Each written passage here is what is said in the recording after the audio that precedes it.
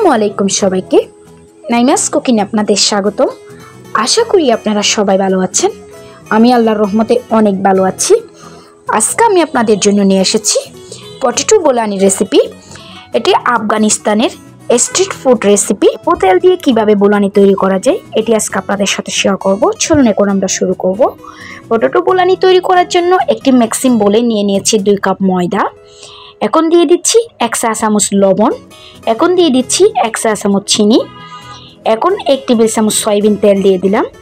তেলটা দেওয়ার পরে সবগুলো উপকরণ ভালোভাবে ময়দার সাথে মেখে নিতে হবে। সবগুলো উপকরণ ভালোভাবে ময়দার সাথে মেখে নিয়েছি। এখন আমি অল্প অল্প পানি দিয়ে একটা ডো তৈরি করে নিচ্ছি। সাধারণত আমরা পরোটা তৈরি করার জন্য যেভাবে ডো তৈরি করে থাকি এভাবে করে একটা ডো তৈরি করে নিতে হবে। আমার ডোটা তৈরি করা হয়ে গেছে। এখন আমি এটাকে রেস্টে রেখে দিব। ঢাকা দিয়ে 30 মিনিট রেস্টে রেখে দিয়েছি। আগে থেকে আমি 3টে আলু ছোট ছোট করে কেটে সিদ্ধ করে নিয়েছি। আলুগুলো গরম থাকা অবস্থায় আমি কাঁটা চামচের সাহায্যে একটু ভেঙে নিলাম।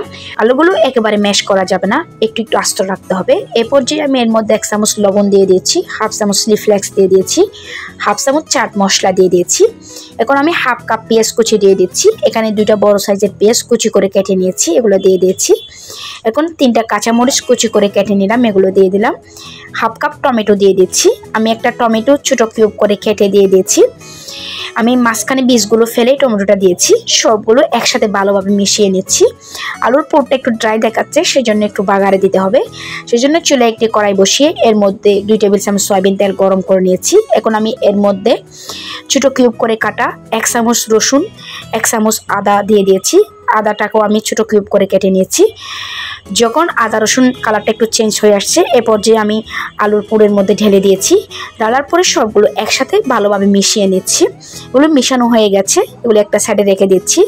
30 মিনিট পর আমি ডোটা দেখে দিচ্ছি। ডোটা আগের থেকে অনেকটা সফট হয়ে গেছে, তাও আমি হাত দিয়ে একটু মেখে নিলাম।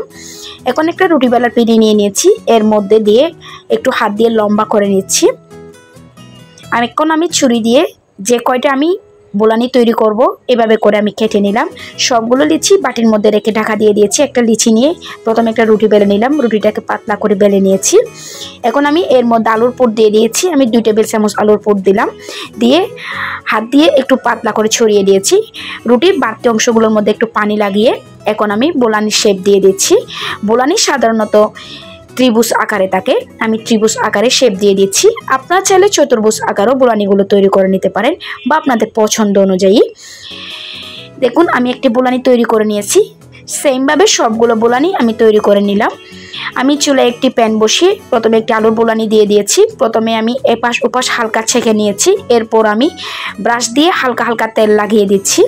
হালকা হালকা তেল লাগিয়ে বোলানিগুলো ভেজে নিতে হবে। ডুবা তেলে বোলানিগুলো ভাজার কোনো প্রয়োজন নেই।